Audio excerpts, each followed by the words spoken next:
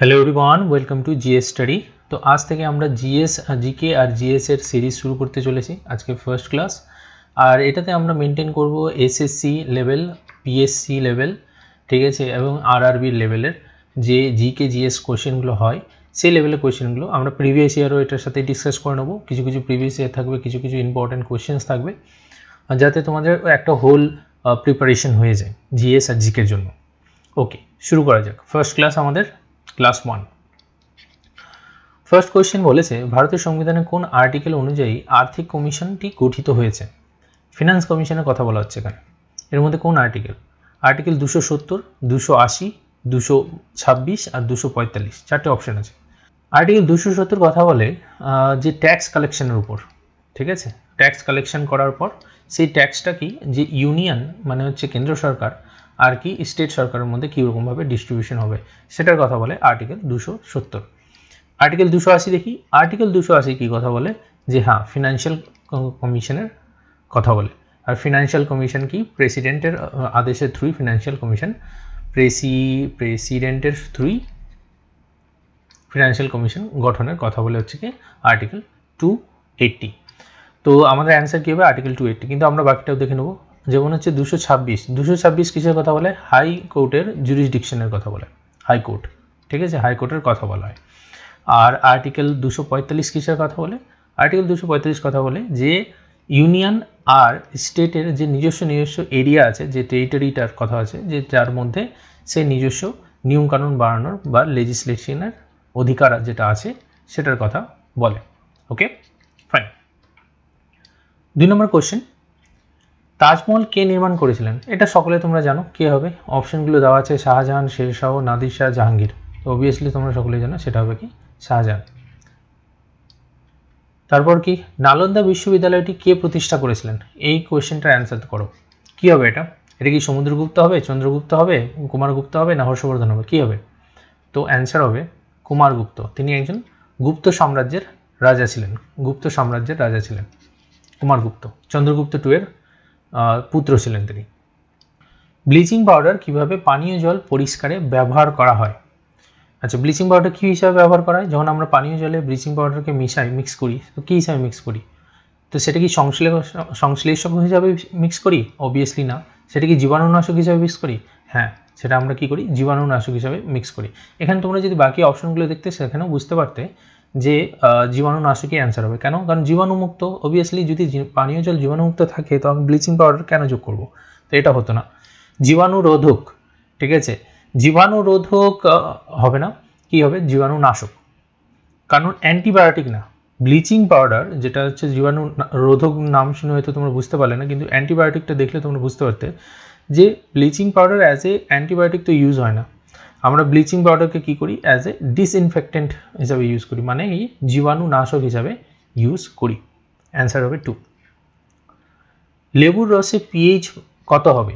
লেবুর রসটা যেটা হয় সেটা একটা অ্যাসিড, তাই তো, সেটা একটা অ্যাসিড, সেটাকে সাইট্রিক অ্যাসিড বলে, CITRIC, সাইট্রিক অ্যাসিড বলে। এই সাইট্রিক অ্যাসিড যখনই চলে আসে না, তো অ্যাসিডের ভ্যালু কী হয়? 7-এর কম, লেস দেন 7, রাইট? তো অবভিয়াসলি প্রথমটা কি বলেছে? 7-এর সমান, সেটা হবে না। তারপরটা কি বলেছে? এটা তো ছেড়েই দাও। তারপরটা কি আছে? 7-এর বেশি, অবশ্যই 7-এর বেশি তো হবে না। 7-এর বেশি হয়ে গেলে কি হবে? সেটা ক্ষারক হয়ে যায়, সেটা ক্ষারক হয়ে যাবে, সেটা তখন আর অ্যাসিড থাকে না। তাহলে কী হবে অ্যান্সার? 7-এর কম, 7-এর কম। 6 নম্বর কোশ্চেন, ওয়াশিং সোডার অন্য একটি কী নামে পরিচিত? ঠিক আছে, ওয়াশিং সোডার কথা বলা হচ্ছে। এখানে অপশন দিয়ে দিয়েছে, সেটা কি সোডিয়াম ক্লোরাইড, সেটা কি ক্যালসিয়াম বাইকার্বনেট, সেটা কি সোডিয়াম কার্বনেট, না ফসফরাস? কী হবে? দেখো, সোডিয়াম ক্লোরাইড আমরা কোনটাকে বলি জানো? সল্ট, মানে লবণকে বলি আমরা সোডিয়াম ক্লোরাইড। তো সুতরাং এটা তো হবে না। Calcium carbide, calcium bicarbonate, calcium bicarbonate কি হবে? না, ক্যালসিয়াম বাইকার্বনেটও হবে না। কেন হবে না? কারণ এটাকে আমরা কি বলি? এটা একটা লাইম, ঠিক আছে, যেটাকে আমরা বলি ক্লিনজিং লাইম, ক্লিনজিং লাইম। তো এটাও তো হবে না, বাইকার্বনেট আছে, হবে না। তারপর কি সোডিয়াম কার্বনেট, হ্যাঁ, তাহলে কি হবে? যে ওয়াশিং সোডা, যেটা ওয়াশিং সোডাটা সোডিয়াম কার্বনেট, সোডিয়াম কার্বনেট বলা হয়, এটা হচ্ছে অ্যান্সার, সোডিয়াম কার্বনেট। ফসফরাস না। পরের কোশ্চেন দেখো, এর আগেটাতে আমরা কি দেখলাম, ওয়াশিং সোডা, পরেরটাতে দেখাচ্ছে বলে বেকিং সোডা। দুটোই রিলেটিভ কোশ্চেন, দেখে নাও। বেকিং সোডা আমরা একটু আগে দেখলাম, একটা কি ওয়াশিং সোডা দেখলাম, রাইট? ওয়াশিং সোডাতে আমরা কি দেখলাম, এখানে লিখে দিই একটু, তাহলে তোমাদের বুঝতে সুবিধা হবে। ওয়াশিং সোডা থেকে আমরা কি দেখলাম, যে সেটাকে বলা হয় সোডিয়াম কি কার্বনেট, ঠিক আছে, কার্বনেট। ওকে, আমাদের ওখানে একটা অপশন ছিল যে ক্যালসিয়াম বাইকার্বনেট ছিল, ওখানেও ছিল। এই ক্যালসিয়াম বাইকার্বনেটটাকে আমরা কি বললাম, ক্লিনজিং লাইম, এটাই বললাম না? তো অবভিয়াসলি তাহলে তো এটা হবে না, বেকিং সোডা মানে এটা হবে না। বেকিং সোডা মানে হবে কি সোডিয়াম বাইকার্বনেট। তাহলে বেকিং সোডা যেটা সেটা হবে কি সোডিয়াম বাইকার্বনেট। তাহলে যখন আমরা বলবো ওয়াশিং সোডা তখন সেটা হবে সোডিয়াম কার্বনেট, আর বেকিং সোডা যদি বলি তাহলে সেটা হবে সোডিয়াম বাইকার্বনেট। পরের কোশ্চেন, লোহিত রক্ত কণিকা থেকে শ্বেত রক্ত কণিকাগুলির অনুপাত রয়েছে, কত অনুপাতে থাকে লোহিত রক্ত কণিকা আর শ্বেত রক্ত কণিকা? অপশন হবে 600:1 অনুপাতে। কোন শহর ভারতের সিলিকন ভ্যালি হিসাবে পরিচিত?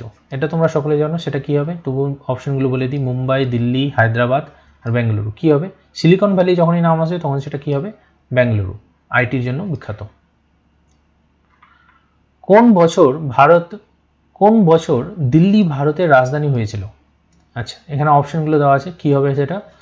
1911, 1912, 1910 না 1905? অনেকে 1905 করে ফেলে, কিন্তু 1905 হবে না, কারণ সেটা শুধু বঙ্গভঙ্গ হয়েছিল, ঠিক আছে? 1911 হবে। 1911তে কি হয়, যে কলকাতা থেকে সেটা ট্রান্সফার করে দিল্লি করে দেওয়া হয়। আর সেই সময় যে গভর্নর জেনারেল ছিলেন তার নাম ছিল লর্ড হার্ডিঞ্জ সেকেন্ড। পরের কোশ্চেন বলেছি, যে রোগটি একটি পাগল কুকুরের কাটার ফলে হয়, কি হবে অ্যান্সার? এখানে চারটে অ্যান্সার দিয়ে দিয়েছে, লুকোডার্মা, হাইড্রোফোবিয়া, হাইপারটেনশন আর অ্যাথ্রাইটিস। কি হবে অ্যান্সার? বলেছে যে পাগল কুকুর কামড়ের ফলে যে রোগটি হয়, লুকোডার্মা হবে। কি লুকোডার্মা কোনটা জানো? যেটাতে কি হচ্ছে, শ্বেত সাদা সাদা যে ছোপ গায়ে দাগ হয়ে যায় সেটাকে বলে লুকোডার্মা। তো এটা একটা স্কিন ডিজিজ, তো এটা তো হবে না। তারপর কি বলেছে, হাইপার টেনশন হবে কি? সি নম্বরে যদি দেখি তো হাইপার টেনশন হবে না। হাইপার টেনশনকে কি বলা হয়? হাই ব্লাড প্রেশার, সেটাকে বলা হয় যে hypertension, high blood pressure. আর এখানে একটা অপশন আছে বি নম্বরে, দেখো যে হাইড্রোফোবিয়া মানে হচ্ছে জল দেখে ভয় পাওয়া, ঠিক আছে? হাইড্রো মিন্স জল, ফোবিয়া মিন্স ভয় পাওয়া। হাইড্রোফোবিয়া হচ্ছে জল দেখে ভয় পাওয়া। এই রোগটাই হয় পাগল কুকুর কামড়ানোর ফলে, যে রোগটা হয় সেটা হচ্ছে কি হাইড্রোফোবিয়া, এটাই অ্যান্সার। পরমাণু বিদ্যুৎ উৎপাদনে কোন ধাতুর ব্যবহার করা হয়? থোরিয়াম, ইউরেনিয়াম, জল আর জীবাশ্ম, কোনটা হবে? অ্যান্সার হবে ইউরেনিয়াম। লোকসভার স্পিকারকে কে নির্বাচন করে? দেখো ফার্স্ট ভালো করে দেখো কি বলেছে, লোকসভার স্পিকার বলেছে। এবার চারটেই তোমাকে অপশন দিয়ে দিয়েছে। প্রথম অপশন কি দিয়েছে? সমস্ত রাজ্যসভার সদস্য। লোকসভার কথা হচ্ছে রাজ্যসভার সদস্য, সেখানে কি করবে? কেটে দাও। সমস্ত লোকসভা ও সমস্ত রাজ্যসভা, এটা হতে পারে যে জানো না মনে করো সেটাই বলবে, কিন্তু না, অ্যাকচুয়ালি রাজ্যসভার কোনো কাজই নেই লোকসভার স্পিকারের নির্বাচনে। তাহলে কি ভারতের মানুষও না, তাহলে কি হবে? সমস্ত লোকসভার সদস্য, এটা অ্যান্সার। কোন গ্রহটিকে পৃথিবীর যমজ হিসাবে পরিচিত?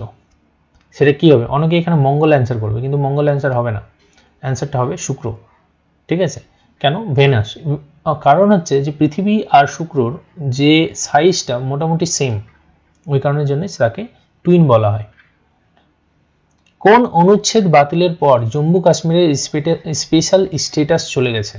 সেটা তোমরা সকলে শুনেছো, কত? আর্টিকেল 370। কত সালে হয়? 2019 সালে করা হয়।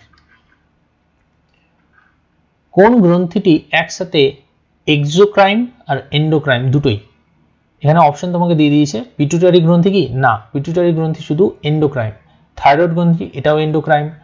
আচ্ছা, ছোট অন্ত্র, এটাও এন্ডোক্রাইমের মধ্যেই পড়ে। তাহলে কি একটাই বাঁচে লাস্টে, সেটা হচ্ছে প্যানক্রিয়া। এটাই অ্যান্সার, প্যানক্রিয়া। কোন মাটি কাপাস চাষের জন্য উপযুক্ত? কি হবে সেটা? সেটা কি লাল মাটি হবে? না। সেটা কি রেগুর হবে? রেগুর মাটি, অবভিয়াসলি সেটা রেগুর মাটি। এলুভিয়াল সয়েল মানে কি? সেটা পলি মাটি, এটাও না। আর লোম মানে হচ্ছে দোআঁশ মাটি, এটাও না। তো অ্যান্সার রেগুর মাটি। কোন রাজ্যের সর্বাধিক পতিত জমি রয়েছে? দেখো, পতিত জমি মানে কি? যেটা হচ্ছে চাষযোগ্য জমি না। তোমরা এখানে অপশন দেখো, তোমরা অ্যান্সার করতে পারতে, যেমন কি উত্তরপ্রদেশ, বিহার, রাজস্থান আর পাঞ্জাব। তোমরা সকলে জানো যে উত্তরপ্রদেশ, বিহার আর পাঞ্জাবে চাষযোগ্য জমি আছে, খুব চাষবাস হয়। রাজস্থান কি? মরুভূমি। তো অবভিয়াসলি পতিত জমি কোথায় হবে? রাজস্থানে হবে। তো অ্যান্সার হবে রাজস্থান।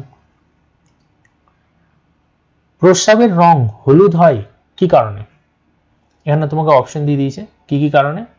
ইউরোক্রোম, পটাশিয়াম, এন্ডোরফিন আর ইনসুলিন। কোনটা হবে? প্রস্রাবের রং হলুদ হয় ইউরোক্রোম নামক পিগমেন্টের জন্য। তো অ্যান্সার হবে ইউরোক্রোম। আজকের লাস্ট কোশ্চেন বলেছে, ভারতের নেপোলিয়ান কাকে বলা হয়? কি হবে সেটা? সমুদ্রগুপ্ত, চন্দ্রগুপ্ত, কুমারগুপ্ত না হর্ষবর্ধন? কি হবে? তো ভারতের নেপোলিয়ানের কথা যখন আসবে তখন সেটা হবে Samudragupta. So this is all for today's GS GK lecture. So hope তোমাদের ভালো লাগলো, আর কমেন্টে লাইকে তোমরা জানাবে যে কেমন লাগলো। So this is all for today, thank you, sign of.